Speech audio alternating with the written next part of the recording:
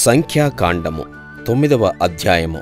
ఐగుప్తు దేశములో నుండి వారు వచ్చిన తరువాత 2వ సంవత్సరము మొదటి నెలలో యెహోవా సీనాయి అరణ్యమందు మోషేకు ఇలాగు సెలవిచ్చెను. ఇశ్రాయేలీయులు పస్కా పండుగను దాని నియామక కాలమందు ఆచరింపవలెను. దాని నియామక కాలమున అనగా ఈ నెల 14వ దినమున సాయంకాలమందు దానిని ఆచరింపవలెను. దాని కట్టడలన్నిటిని బట్టి దాని విధులన్నిటిని బట్టి మీరు దానిని ఆచరింపవలెను. కాబట్టి మోషే పస్కా పండుగను ఆచరింపవలనని ఇశ్రాయేలులతో చెప్పగా, వారు సీనాయి అరణ్యమందు మొదటి నెల 14వ దినమున సాయంకాలమందు పస్కా పండుగ సామగ్రిని సిద్ధపరచుకునిరి. యెహోవా మోషేకు ఆజ్ఞాపించిన సమస్తమును ఇశ్రాయేలీయులు అతడు చెప్పినట్లే చేసిరి. కొందరు నరశవమును ముట్టుట వలన అపవిత్రులై ఆ దినమున పస్కా పండుగను ఆచరింపలేకపోయిరి. వారు ఆ దినమున మోషే అహరోనుల ఎదుటికి వచ్చి మోషేతో, నరశవమును ముట్టుట వలన అపవిత్రులమైతిమి. యెహోవా అర్పణమును దాని నియామక కాలమున ఇశ్రాయేలుల మధ్యన అర్పింపకుండానట్లు ఏల అడ్డగింపబడితిమని అడుగగా, మోషే నిలువుడి, మీ విషయంలో యెహోవా ఏమి సెలవిచ్చునో నేను తెలుసుకుందునని వారితో అనెను.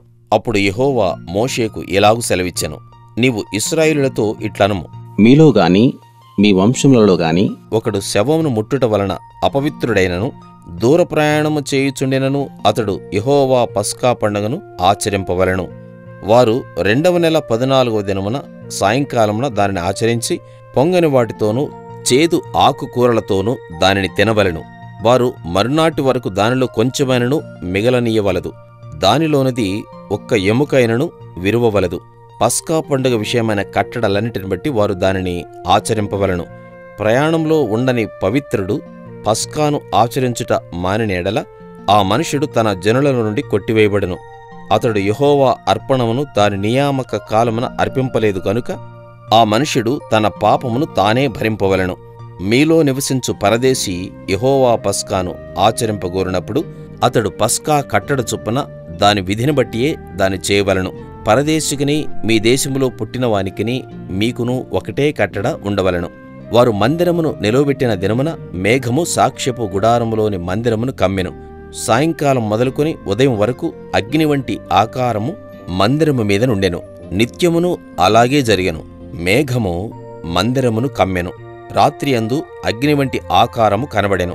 ఆ మేఘము గుడారము మీద నుండి పైకెత్తబడినప్పుడు ఇశ్రాయేలీయులు ప్రయాణమై సాగిరి. ఆ మేఘము ఎక్కడ నిలిచెనో అక్కడనే ఇశ్రాయేలీయులు తమ గుడారములను వేసుకునిరి. యెహోవా నోటి మాట చొప్పున ఇశ్రాయేలీయులు ప్రయాణమై సాగిరి. యెహోవా నోటి మాట చొప్పున వారు తమ గుడారములను వేసుకునిరి. ఆ మేఘము మందిరము మీద నిలిచి ఉండిన దినములన్నీయు వారు నిలిచిరి. ఆ మేఘము బహుదినములు మందిరం మీద నిలిచినెడల ఇశ్రాయేలీయులు యెహోవా విధిని అనుసరించి ప్రయాణము చేయకుండిరి. మేఘము కొన్ని దినములు మందిరము మీద నిలిచినెడల వారునూ నిలిచిరి. యెహోవా నోటి మాట చొప్పుననే నిలిచిరి. యెహోవా నోటి మాట చొప్పుననే ప్రయాణం చేసిరి. అలాగే మేఘము సాయంకాలం మొదలుకొని ఉదయం వరకు నిలిచినెడల ఉదయమందు ఆ మేఘము పైకెత్తబడగానే వారు ప్రయాణం చేసిరి. పగలేమి రాత్రి ఏమి ఆ మేఘము పైకెత్తబడినప్పుడే వారు ప్రయాణం చేసిరి. ఆ మేఘము 2 దినములు గాని 1 నెల గాని ఏడాది గాని తడువు చేసి మందిరము మీద నిలిచినెడల ఇశ్రాయేలీయులు ప్రయాణం చేయక తమ గుడారములలో నిలిచిరి. అది ఎత్తబడినప్పుడు వారు ప్రయాణం చేసిరి. యెహోవా మాట చొప్పున వారు తమ గుడారములను వేసుకునిరి. యెహోవా మాట చొప్పున వారు ప్రయాణం చేసిరి. మోషే ద్వారా యెహోవా చెప్పిన మాటను బట్టి యెహోవా ఆజ్ఞను అనుసరించి నడిచిరి.